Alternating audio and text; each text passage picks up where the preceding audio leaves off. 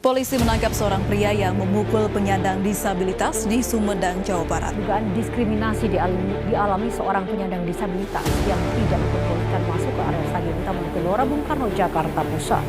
Walaupun saya pengguna wheelchair, ini tidak menghambat saya, tidak mengurangi kinerja saya sebagai seorang dokter gigi fungsional di Puskesmas Taruna. Hal-hal yang sangat menolong. Disabilitas itu sama seperti warga negara lainnya. Kita Pihak pemerintah berinisial RR 36 tahun warga desa Cilembu merupakan teman korban semasa kecil. Dugaan diskriminasi.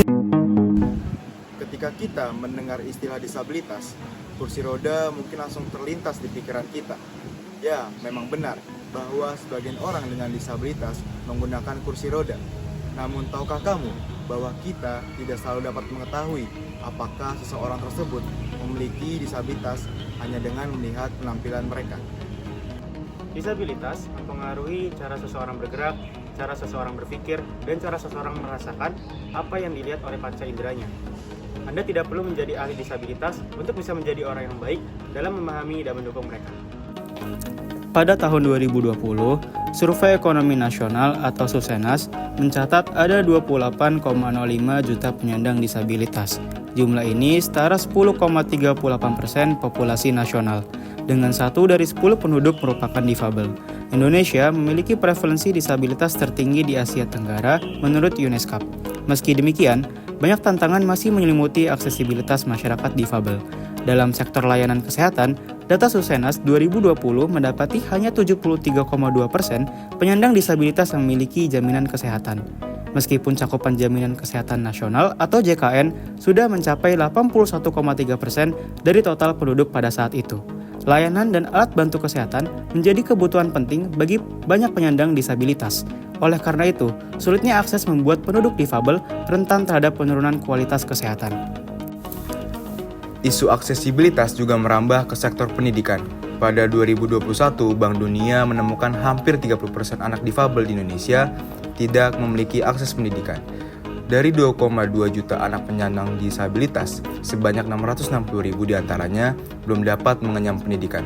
UNICEF menemukan ada kesenjangan dalam partisipasi sekolah dasar pada anak difabel, yakni 13,5%, lebih rendah dibandingkan partisipasi anak tanpa disabilitas yang mencapai 97,9%.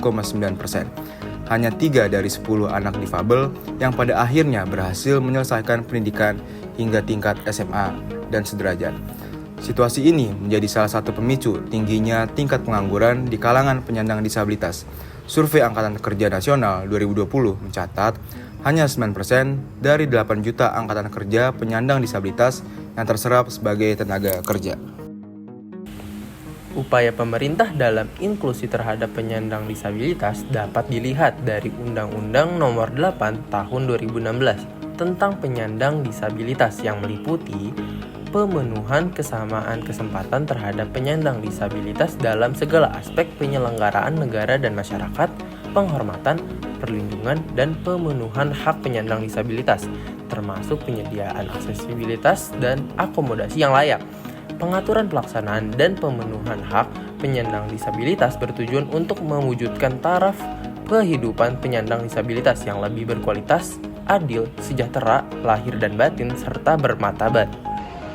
Penyandang disabilitas menghadapi tingkat kemiskinan yang lebih tinggi daripada yang lainnya. Mereka menghadapi bias dan hambatan dalam mengakses layanan dasar.